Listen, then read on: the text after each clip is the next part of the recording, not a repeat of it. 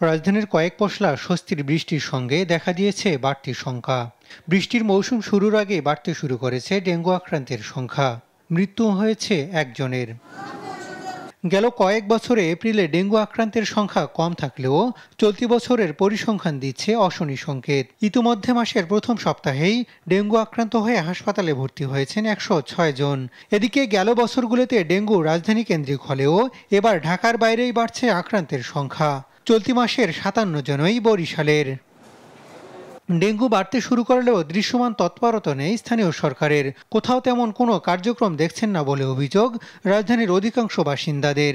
এ তো 1-2 মাস আগে তো আসলো ডেলি দিত, এখন একটু আবার কম আর কি। এটা একবার নিধন করতে গেলে আপনার প্রতিদিন দিতে হবে পার্ট টাইম, একটা নিয়ম করে।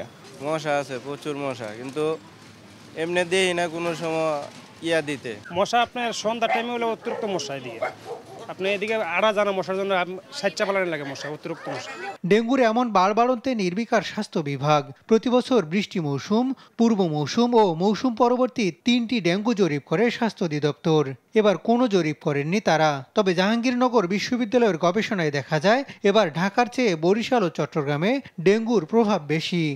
স্পেসিফিক কয়েকটি জেলার নাম বলতে পারি, সেই জেলাগুলোতে এবার এডিস মশা বাড়ছে এবং ডেঙ্গু পরিস্থিতি খারাপ হবেই আমি নিশ্চিত করে বলতে পারি।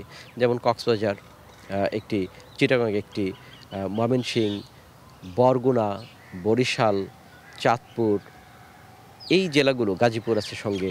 অবশ্য কয়েকদিনের মধ্যেই ক্রাশ প্রোগ্রাম শুরুর কথা বলছে ঢাকা উত্তর সিটি কর্পোরেশন। এবার নিয়মিত মশক কর্মীর সঙ্গে 5000 ভলান্টিয়ার নিয়োগের পরিকল্পনাও আছে তাদের। আগামী 3 মাস আমরা ব্যাপক ক্যাম্পেইন করব। ইয়াংরা যাবে, মশার ওষুধ আনা লোক যাবে, সাথে হেলথের কর্মীরা থাকবে। এবং গতকালকে পর্যন্ত আমাদের এটা আউটসোর্সিং যারা করতো তাদের সাথে আমাদের চুক্তি শেষ হয়ে গেছে। এবারের চুক্তিটা আমরা সেনাবাহিনীর সাথে করব, যেন এটা আরও কড়াভাবে এটা নজরদারিতে আনা যায়। তবে ডেঙ্গু নিধনে এখনই সমন্বিত পদক্ষেপ না নিলে এবার সারা দেশের পরিস্থিতি খারাপ হতে পারে বলে সতর্ক করছেন বিশেষজ্ঞরা। হাসান আল মাহমুদ, দেশ টিভি, ঢাকা।